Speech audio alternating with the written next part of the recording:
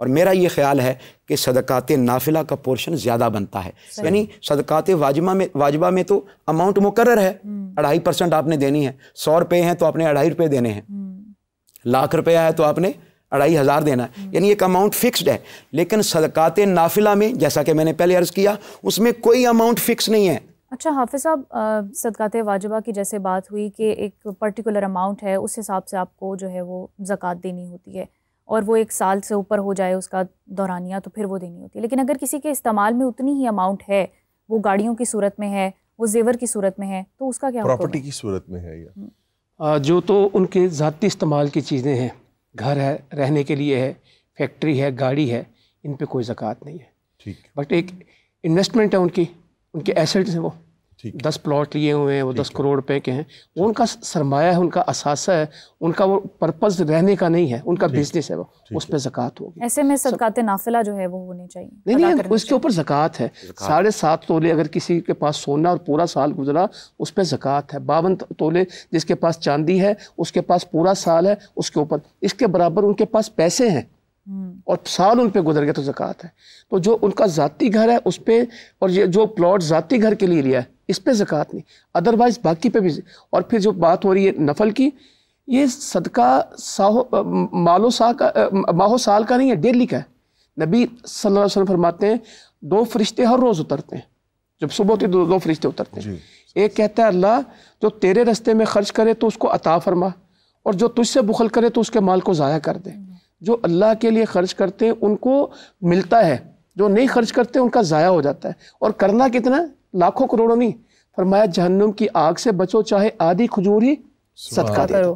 جو کھجور کا تصور، عرب میں سب سے چھوٹی خوراک، سب سے چھوٹی چیز کھجور تھی. کہا تم میں سے کوئی اپنے حلال مال میں سے 1 کھجور صدقہ کرتا ہے اخلاص کے ساتھ. شرط ہے حلال ہو اور اخلاص ہو. فرمایا وضو کے بغیر نماز نہیں، حلال کے بغیر صدقہ نہیں.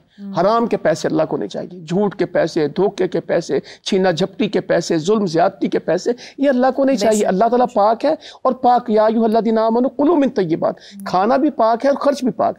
تو 1 کھجور تم خرچ کرتے ہو، اللہ تعالیٰ اس کو اپنے دائیں ہاتھ میں لیتا ہے اور اس کی پرورش کرتا ہے، اور 1 کھجور کتنی بنا دیتا ہے؟ احد پہاڑ.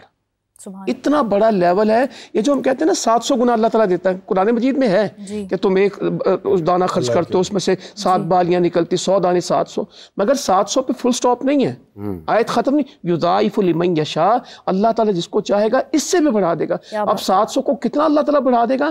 اور پھر لوگوں کو یہ سمجھنا ہے کہ جو مجھے رزق مل رہا ہے یہ میری وجہ سے نہیں ہے. بے شک حدیث میں لکھا ہے هل تنصرون وترزقون الا بضعفائکم، جو تمہیں رزق دیا جاتا ہے، جو تمہاری مدد کی جاتی ہے تمہارے غریبوں کی وجہ سے، کمزوروں کی وجہ سے طاقتوروں کو ملتا ہے. فائزہ ایک کالر ہے ہمارے ساتھ، کال لے لیں. جی السلام علیکم، کون ہے، کہاں سے بات کر رہے ہیں؟ وعلیکم السلام جی، کرن بات کر رہی ہوں کراچی سے. جی کرن صاحبہ، میرا سوال یہ ہے کہ میں ابھی آپ لوگوں کا شو سنی تھی، اس میں فطرانہ کی بات ہوئی ہے. تو مجھے جہاں تک نالج ہے، جو میرے علاقے کے امام صاحب ہیں مسجد میں ہوتے ہیں، انہوں نے بھی کئی دفعہ فطرانہ مانگتے ہیں. تو کیا ان کو فطرانہ دینا جائز ہے یا نہیں؟ کیونکہ ان کو منتھلی سیلری بھی ملتی ہے، ویسے بھی لوگ ان کی کافی ہیلپ کرتے ہیں. ذرا اس پہ پلیز مجھے آگاہی دے دیں. صحیح. جی علامہ صاحب، بہت اچھا سوال پوچھا انہوں نے. اچھا پھر ہم واپس ہی آئیں گے. یہ جو فطرانہ ہے یہ بھی اس کا اصل نام ہے زکوٰۃ فطرہ. صحیح ہے تو واجب، لیکن اس پہ بھی لفظ زکوٰۃ ہی آتا ہے. تو مطلب کیا ہو گیا کہ جس طرح واجب زکوٰۃ کے باقی ہم نے پہلو ڈسکس کیے اور ان کے مصارف وہی ہیں جن کو قرآن مجید نے ذکر کیا، اس کے زکوٰۃ فطرانہ کے بھی وہی مصارف ہیں جن کو قرآن مجید نے ذکر کیا. اس میں سب سے پہلے فقیر اور مسکین، اور فقیر اور مسکین، اور اس میں بھی بعض جو ہے نا احباب رعایت نہیں کرتے. یہ میں اپنے ناظرین کے لیے ذرا ان کے لیے ایک میسج ہو جائے گا. آپ باہر نہ ڈھونڈیں، سب سے پہلے اپنی فیملی ممبران میں ڈھونڈیں، اپنے جو خونی رشتہ دار ہیں ان میں ڈھونڈیں، پھر جو اپنے قریبی رشتہ دار ہیں ان میں ڈھونڈیں. اگر ان میں کوئی ہے ایسا حقدار جو فقیر اور مسکین کے مرتبے پہ فائز ہے، تو اب اگر آپ باہر دیتے ہیں تو آپ کی ادا نہیں ہوگی.